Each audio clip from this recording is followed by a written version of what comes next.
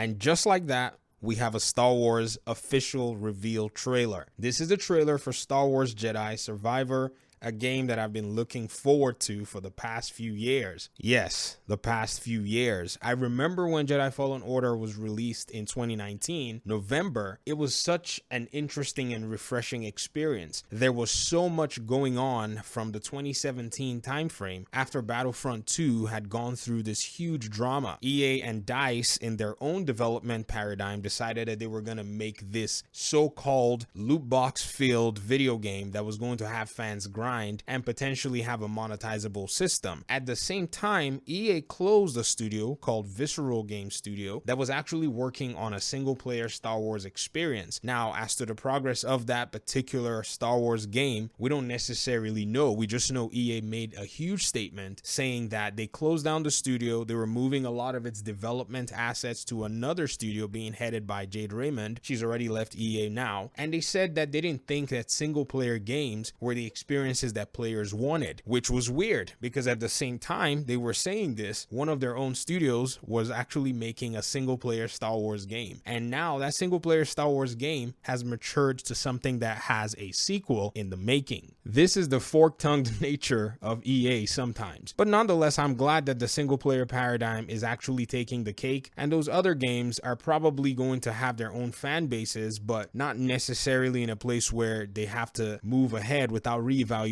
how they serve those fan bases. But at the same time, it just seems like this particular Star Wars paradigm with the single player aspect seems to be already sealed down with this particular studio, and that's Respawn. Very respected studio, just happens to be under the banner of EA, but are still a studio that's very well loved by the gaming community at large. Over time, they've been able to get their projects off the ground with Apex Legends. Even the Titanfall games have always quite been phenomenal. I don't necessarily play the Apex Legends game, and I haven't played Titanfall. They're obviously shooters and not necessarily things that I really engage with in terms of video games, but keeping an ear to the ground, you know that everybody can say for sure that the Jedi Fallen Order game was quite a decent game. Not saying it was probably the best game in the whole world, no way. I mean, there are other adventure games that seem to be able to take the cake quite easily, but not necessarily anything in the Star Wars genre in the last few years. And I think that's the key point. The last few years had seen the Star Wars games not necessarily have games that followed through the Force Awakens type storylines and structure, but this game, its sequel,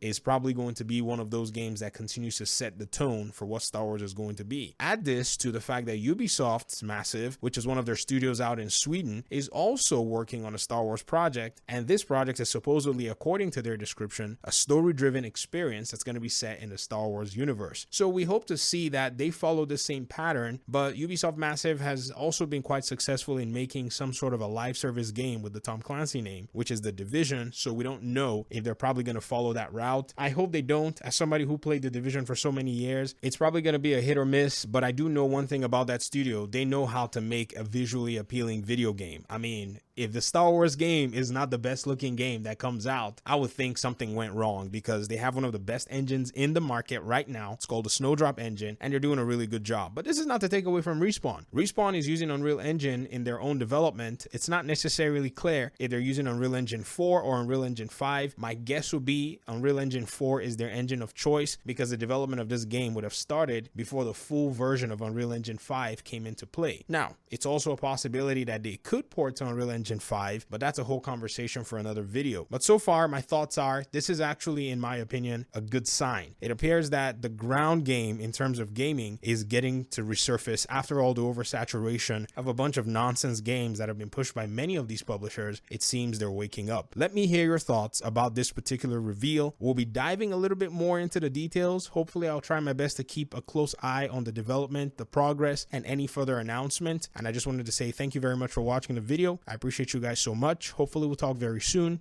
Peace out.